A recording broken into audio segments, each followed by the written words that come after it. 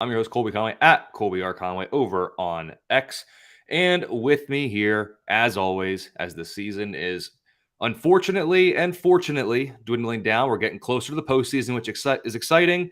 But, Matt, in a couple of weeks, our teams will no longer be playing. So that is a sad part of it. So, other than our teams just kind of doing what they've been doing and kind of carrying on, how are you doing, my friend?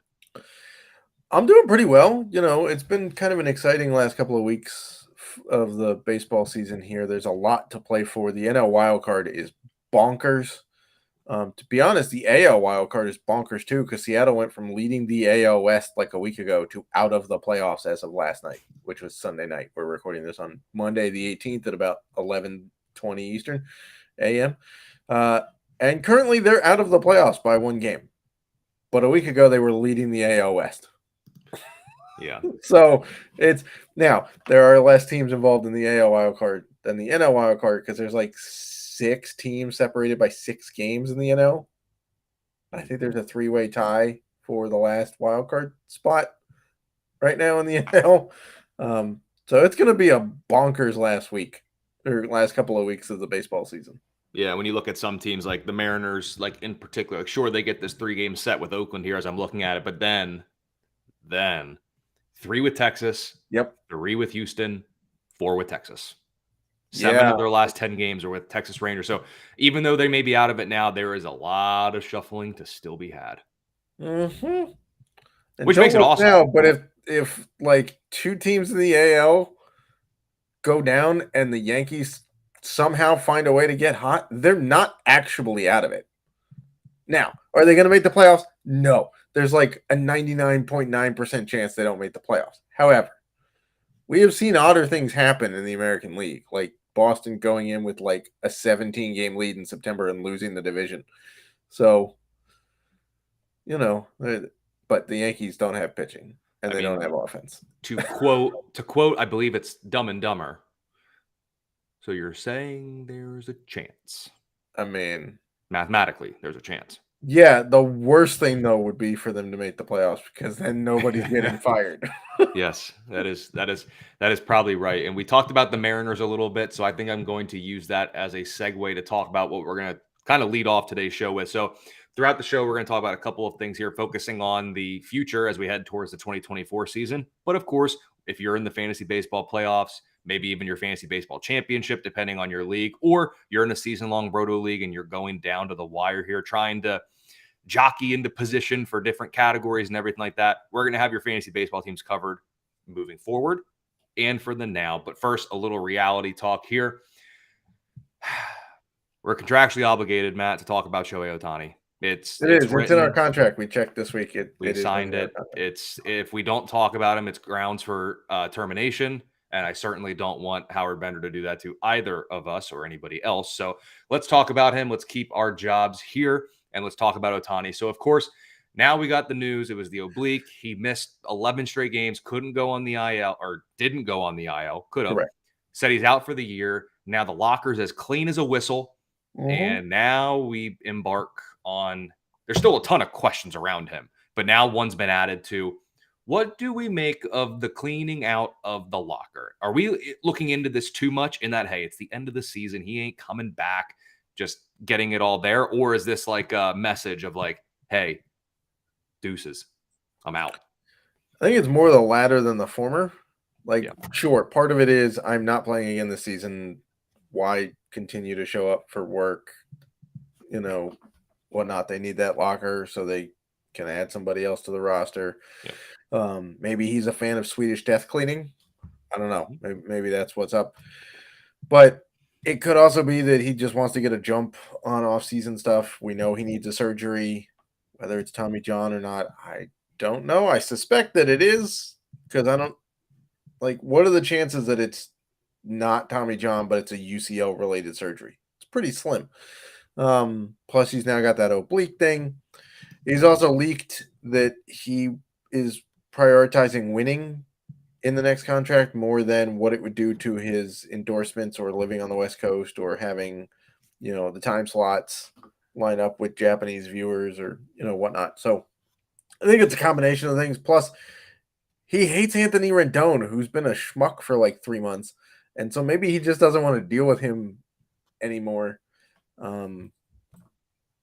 So I think it's a combination of those things, but I do think that it is the death knell for Ohtani going back to the Angels. I don't think there's any chance that happens. And I think another way we know that is the Angels leaked that they'd be willing to trade Mike Trout if he asked for one. Yep. So I think they know the end is here. Time to blow the whole thing up. If they could trade Rendon without having to actually pay somebody to take him, they would do that. Good luck with that. Yeah, I was chatting on Twitter and like, hey, you could trade Trout to somebody, and they were like, well, hopefully they take Rendon. I'm like, no, you'd actually get nothing back in the trade, and you'd have to pay them to take Rendon. Yep. So that's not a great strategy there. So when we look at Ohtani then into the offseason, what do you think? So like I know back in the deadline when we talked about potential trade, you had kind of tossed out the Mariners just because they had the youngsters to potentially get it done. Now we're talking about the youngsters have come and gone. Like they're not really all that involved anymore. We're talking it's up to this now. Right. Who's got the dough to give it to Mr. Ohtani? So let me just you mentioned Seattle before, although a little bit apples to oranges at this point, but do you still see Seattle potentially being in the mix for Ohtani? Potentially, because they could get creative. So here's the interesting part, right? We all assume he was going to sign a $600 million contract this offseason. Does he now with an oblique? I mean, the oblique should be gone by the offseason, right? It should be good to go. The elbow is the bigger part because if it's Tommy John, he's certainly not pitching next year. Right. And if it's Tommy John, he may only hit for half a season next year. So this could open the door for some teams that might have a logjam contractually, like in the next year or two, to get creative and kind of backload the contract. So it looks terrible at the end of the deal when you're paying a 37-year-old Ohtani a crap ton of money, but it's kind of like a retention bonus, right? Like thanks for being awesome early on. Here's the back pay that you deserve, right? Right. So I think that's where things get creative because it might bring in some new teams. So in regards to Seattle, they've been known to make creative deals in the past, right? Let's not forget their GM loves to make splashes. Their GM is familiar with nabbing star players on big contracts. So is it possible? I still think it's possible because they do ultimately have some room to improve in their pitching staff. Let's face it, the offense could absolutely improve considering the fact they lead MLB in strikeouts. So that could be one spot. Also, famously, they were very good for Ichiro. Ohtani loves and respects the bejesus out of Ichiro. They love their, Asian players up in Seattle. So that's one spot. But I have a spot now that I think works better. And it's really going to piss off Angels fans. Oh, you like him going to Pittsburgh with Hayes and Reynolds and O'Neal Cruz. Yeah, I could see it. I think money could be an issue, but I could see it happen. Yeah, I could see it. Yeah, I mean, going from sell the team chance to we're going to sign the biggest free agent in the history of baseball. They could sell the team to him. I don't care. Give him ownership stake of the Pittsburgh Pirates. Yeah, what other team's going to do that? Yeah. So I think the Dodgers make a lot of sense here. A, they're loaded. B, they've been strategically getting under the luxury tax for a couple of years now. Like, everybody's kind of gone, where have the Dodgers free agent signings gone? Maybe they're gearing up for this, right? Because you have Clayton Kershaw who keeps signing one-year deals that doesn't kill him. Walker Buehler is still on his rookie cheap deal, right? Emmett Sheehan on a cheap deal. Ryan Peepo, cheap deal. Bobby Miller, cheap deal. Will Smith is still on a cheap deal. Like, the only two dudes on that roster who are getting paid right now are Freddie Freeman and Mookie Betts. So Mhm. they've got money that they can spend. They're in the same city, obviously. They win a lot. Like they've You don't won say. the NL West, I think, every year that Otani's been there. They've won a World Series since Otani's been across town. They challenged for a couple others.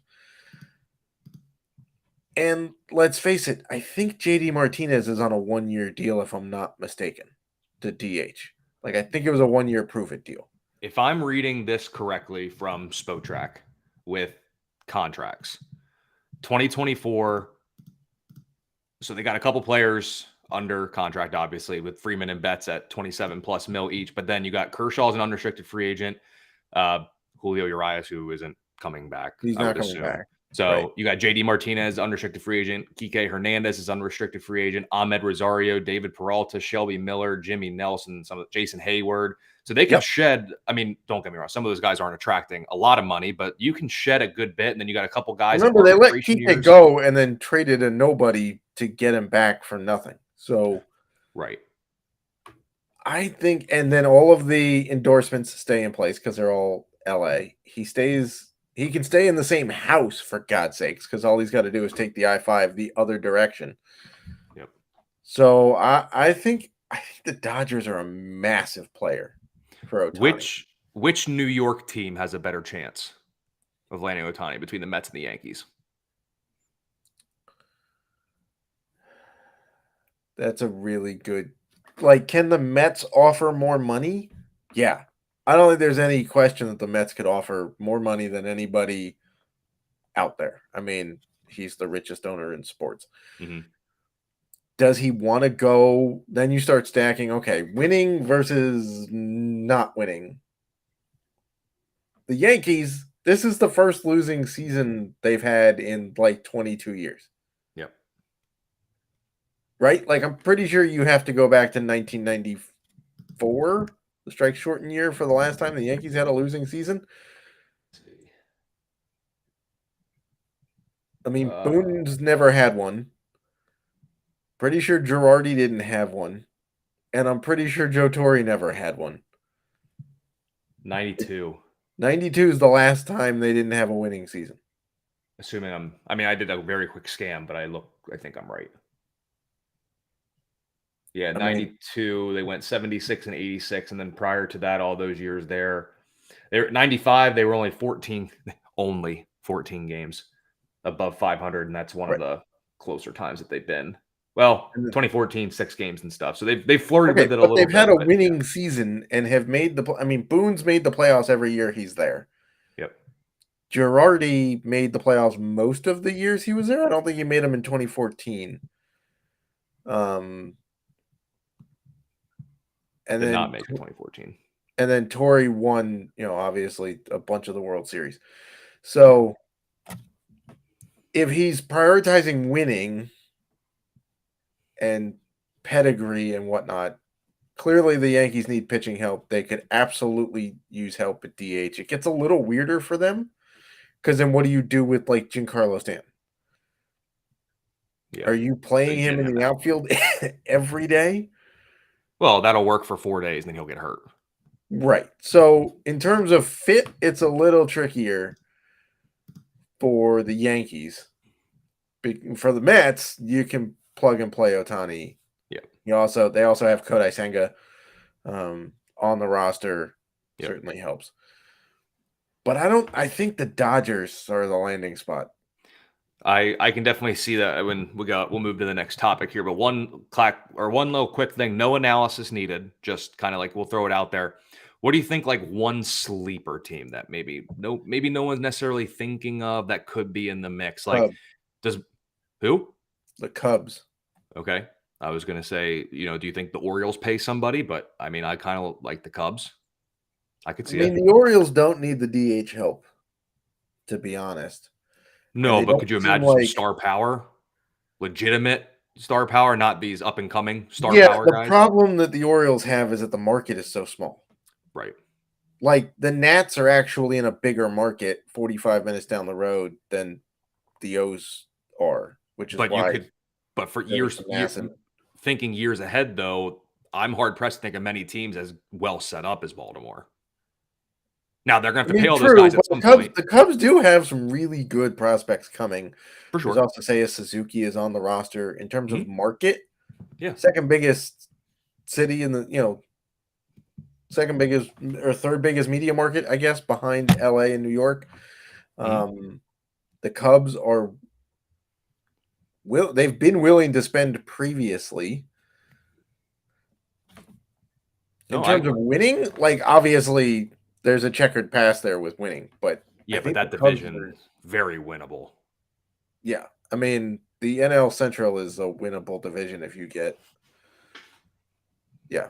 Yeah. You Darvish loved pitching in Chicago. I mean, I'm not just trying to stick it to like Asian players, but No, but precedent helps, and like yeah, and they have a young experiences. core that's coming up that's quite good.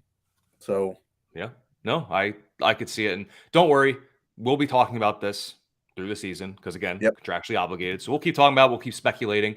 But Matt, I want to get to as we look ahead to like 2024 fantasy baseball, people in dynasty or keeper leagues, the day the season ends, we start talking, who am I keeping? Who am I keeping? Who should I keep?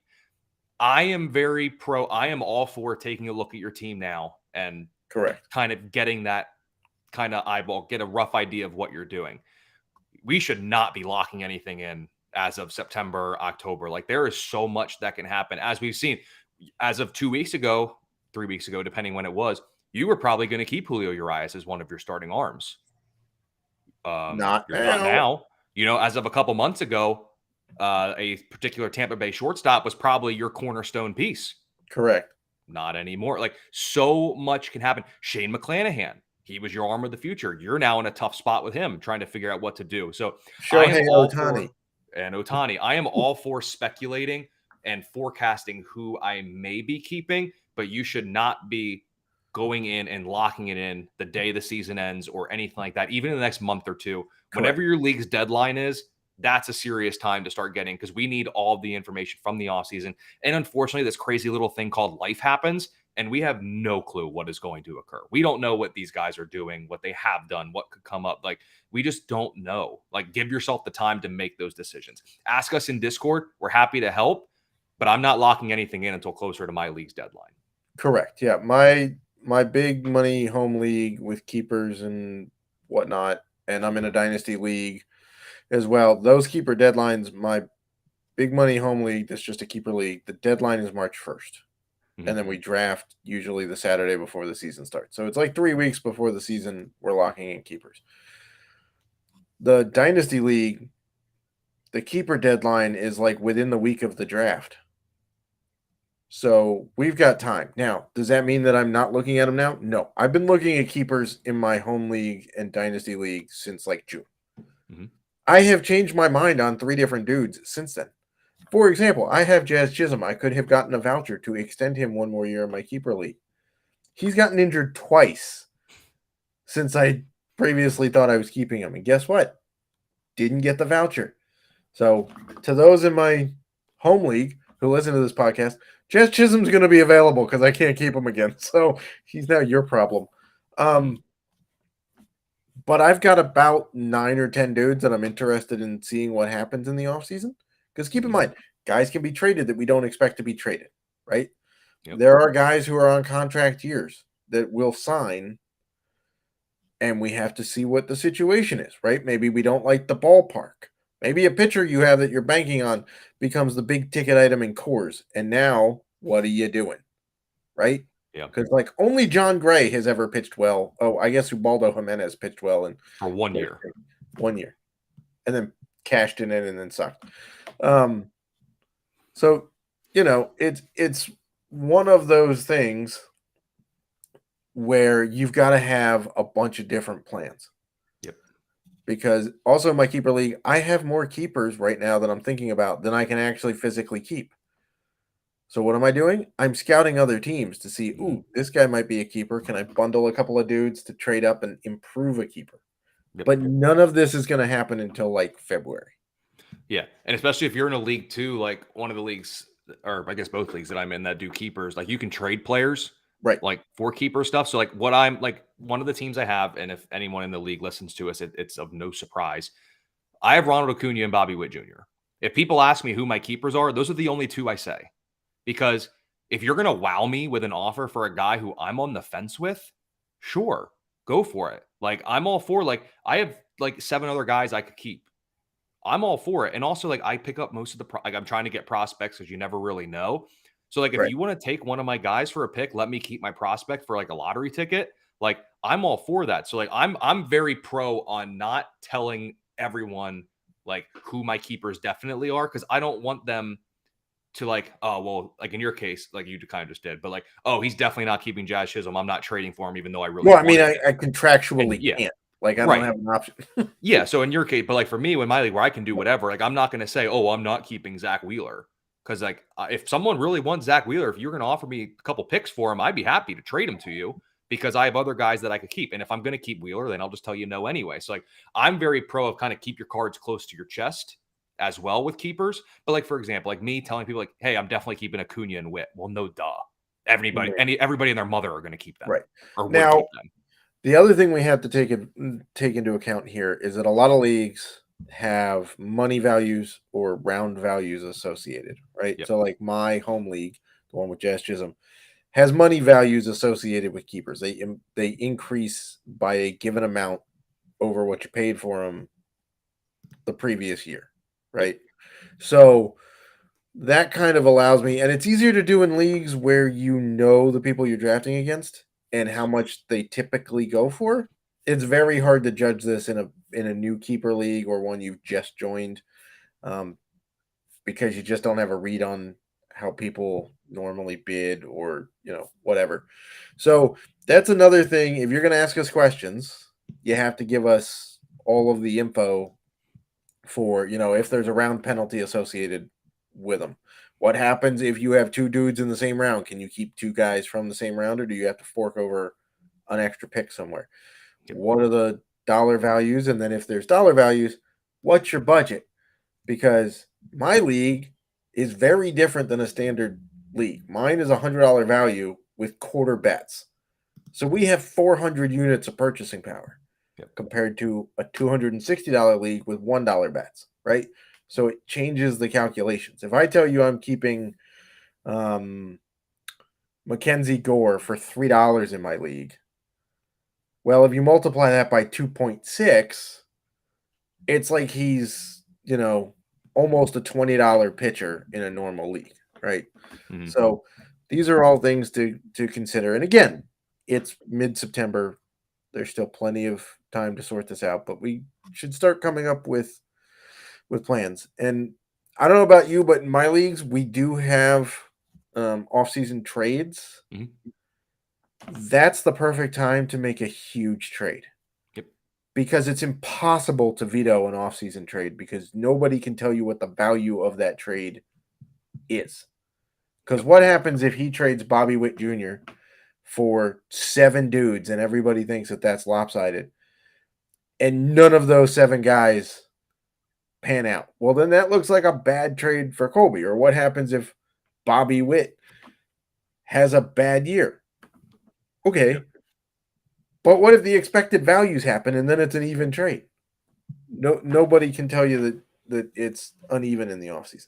Yep. And next couple weeks here, leading to the end of the season, we'll talk more about keeper strategy and everything. But if you want the access to us to ask us any questions like that, head over to fantasyalarm.com, become an all-pro subscriber. Not only do you get access to the Discord where you can talk with us, but all the football stuff right now. So DFS, seasonal, we got you covered. So head over to fantasyalarm.com, become a all-pro subscriber today. And Colby and I will be busy in the MLB draft guide come I don't know, December. Like we get no off season here.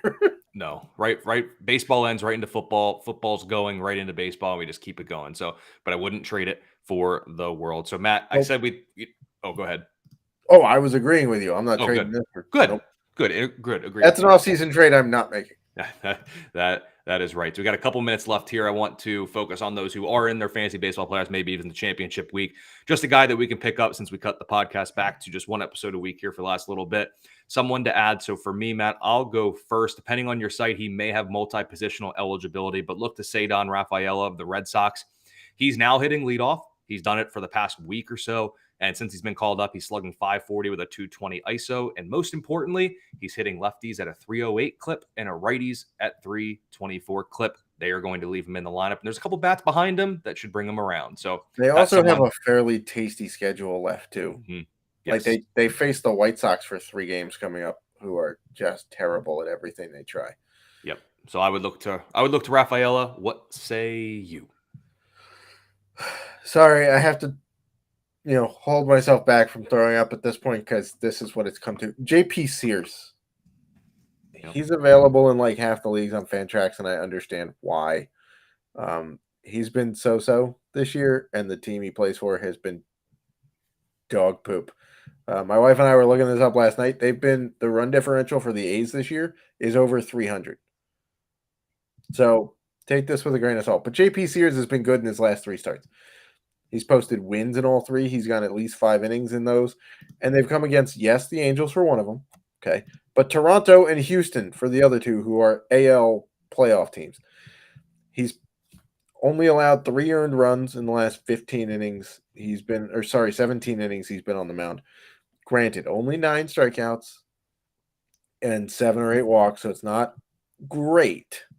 But there's very little on the starting pitching market at this point in the year. He's getting starts. Oakland can surprise people down the stretch because you're also getting to the point where teams are clinching playoff spots and don't necessarily care about playing their full lineups. Mm-hmm. So you could get some sneaky starts from JP Sears. And if you want to talk about a tasty schedule, so I'm looking at it here. He's throwing Monday night against the Mariners. Correct. Assume every 5th day, 2, 3, 4, 5, 1 matchup against the Tigers. We like that. 2, 3, 4, 5, 1. He skips the Twins, and in theory would get one last start in the year against the Angels. So going down the stretch, not only is he a guy that's going to get 3 starts, which is massive in the last little bit here, but Mariners, Tigers, Angels. Not exactly murderer's row of offenses. I don't really know if you can get much better unless he would get put on waivers and picked up by the Angels to face the Athletics in one of the final stretches of the year. But other than that, I mean, that's a pretty darn good schedule. I'd rather take my shot on run support from the A's than the Angels right now. Honestly, I think you're right, to be honest. Sorry, Angels fans, but it's just been a disaster. Listen, early October can't come soon enough for the Angels fans. It's like this season has got to end. To being Dodgers fans when the fandom just travels up I-5 too. That's how it works. I was talking with a friend of mine who's in my home league, who's an Angels fan, and he's like, "There's no loyalty with Angels fans, so they won't be pissed. They'll just change teams. They'll just go be Dodgers fans." Yep.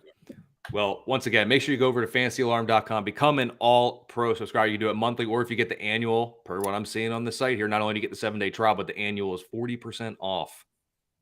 I guess that's based on monthly pricing. I have no clue how that works. I stay away from the finances. All I do is crunch ISOs, OBPs, fantasy points per game, wide receiver cornerback matchup. That's where I'm looking at. So I don't know about the whole pricing. Only pricing I know is FanDuel and DraftKings pricing for MLB and NFL DFS. That's all I can tell you about. I've got NASCAR DFS pricing. That's the pricing I'm talking about. So. See, there it is. So, of course, one thing I will leave you off when we come back next week, we'll talk obviously a little bit of keeper strategy again. Well, contractually obligated to talk about Ohtani, so we'll throw him in there. And then I think what I'm going to do, and Matt doesn't know this yet, but we were going to talk about him today. But I think we're going to talk about next week. And let me just leave a little teaser of, did we overhype Elly De La Cruz? Just a little too much. We'll talk about that next week. We'll see. There's some numbers that are a little interesting, Matt, that I got. So we'll talk about it next week, though. So make sure you tune in next week when we come back and talk about that. We'll catch you over at fantasyalarm.com. Post-breaking Noelvi Marte's nose. Yes. Maybe we'll add a clip. We'll do an opening clip. And that can be it. But we'll see you over at fantasyalarm.com. Hopefully we'll see you in the Discord once you're an all-pro subscriber. Give me a follow on X at Colby R. Conway. Matt is at the Selz Man. And we will see you next week with the next edition of the Fantasy Alarm Fantasy Baseball Podcast.